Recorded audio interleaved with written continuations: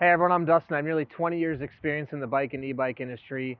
And today I'm going to explain to you why sometimes less power on an e-bike is better. Stick around.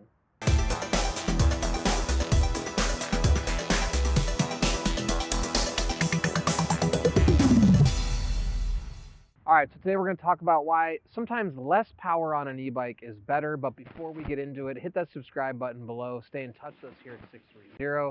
Be the first to know about all the new content we're putting out, giveaways we do, and of course, new product releases. All right.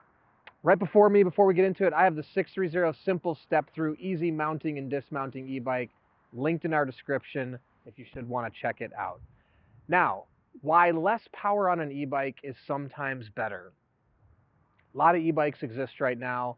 Street legal ones typically have to be 750 watts or less in America.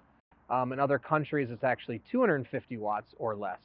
And there's a reason they do that. Big reason is safety. Europe, Australia, they actually limit the power of the motor to 250 watts. In addition to that, throttles are not even allowed, right? So they have to be pedal assist only. Here in the States, we can have 750 watts. There's different classes of e-bike, class 1, 2, and 3, and certain classes are not allowed in like national parks, on certain pathways, things of that nature, right? So why have something less than 750 watts if they make it? Well, I already touched on it. Number one is safety. In a lot of situations, having 750 watts is really excessive, right? Unless you're going to be going 20 miles an hour all the time and you need to be flying, most riders that are going around town, want a little bit of assistance, don't need 750 watts of power. This is a 500 watt, and in 80% of scenarios, this is going to be more power than you really need. Now, if you're 250 pounds, 300 pounds and over, and you're going to be doing a lot of hills, getting an e-bike that's 750 watts in those situations could, be beneficial.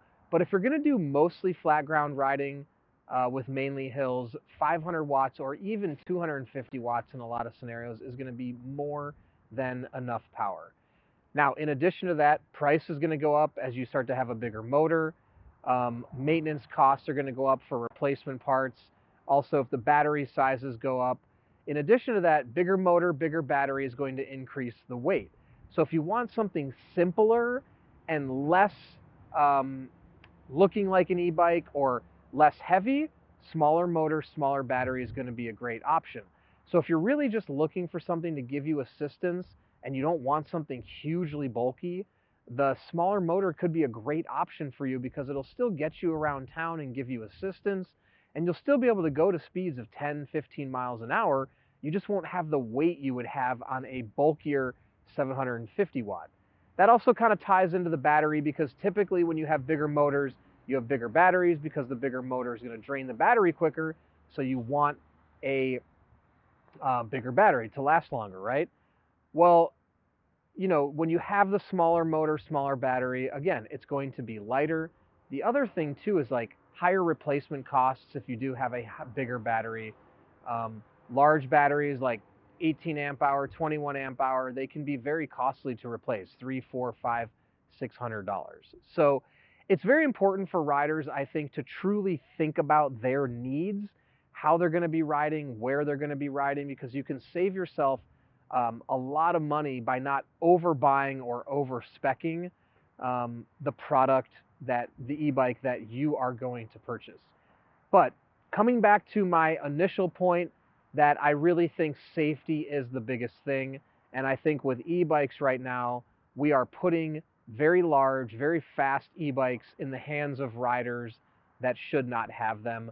And I am personally in a lot of forums, a lot of Facebook groups, and I see firsthand a lot of posts about accidents that are occurring. I also see a lot of children on e-bikes under the age of 18 that have very powerful e-bikes, 750 watts, and they can go very fast, 20 miles an hour with just the throttle, and they don't know the rules of the road. They don't know how to properly stop, engage the brakes, and this is causing a lot of issues out there. The other thing I'm seeing is riders, senior riders, that also are buying very large e-bikes, and there's a lot of things that can happen with the excessive power. Sometimes the extra jolt can cause them to fall off, and obviously the faster you're going, the worse an accident will be. So I just stress that unless you need that extra power, it's not completely necessary.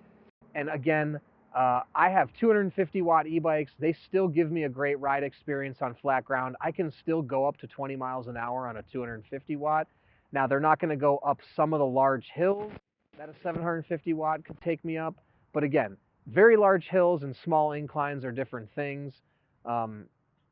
So again, buy the size motor that you're comfortable with. Don't buy more than you really need. We want to make sure riders are safe out there, and just don't convince yourself that you need a bigger motor because they exist, right? I think that's true of all product categories like cars, everything else. We want to continue to upgrade, but I can tell you what, having a larger motor, again, like I said, drains your battery quicker. There's replacement cost issues, there's safety issues. So don't just convince yourself because that product exists that you need to have something bigger, because bigger is not always better. And I really want to see e-bikes as a prolonged thing in our society, and I want to make sure safety becomes a prevalent thing that people actually care about, because right now, again, we're putting a lot of very powerful e-bikes on the road without proper training. We're also having a lot of people buy very powerful e-bikes that don't necessarily need that motor size. So if you have any other comments, questions, or thoughts on this topic of motor sizes and why you don't necessarily need a very powerful e-bike motor, comment below or email us at team@630.com or call us 310-982-2877.